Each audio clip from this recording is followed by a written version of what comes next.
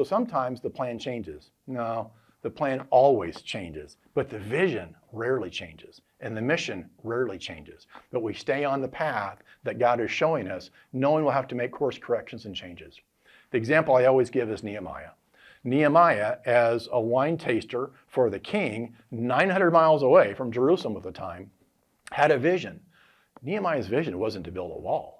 Nehemiah's vision was to bring God's people back together because he knew God's promises. And he was praying to God in chapter 1 on bringing those people back together. That was his vision. The mission became to build a wall because he had to build the wall to make sure people were safe and secure so they could come back and re-inhabit and come back from captivity, right? But what I love, if you read through the book, almost every single chapter, chapter 2, 3, 4, 3, 4, 5, and 6, the plan changed.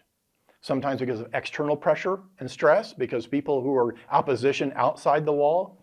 Other times it was from opposition and disgruntlement inside the wall from the very builders who were trying to accomplish this.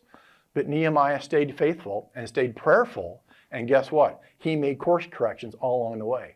But his vision never changed. And again, the vision wasn't to build a wall. The vision was to bring God's people back together.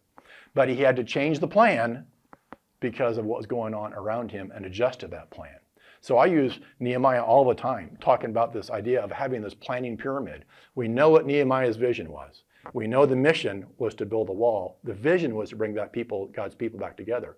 So he had his building plan, his strategic plan, and he had his development plan in terms of resourcing people who could then build the wall from point to point to point. And the wall was accomplished and built, and God's people came back together at that point.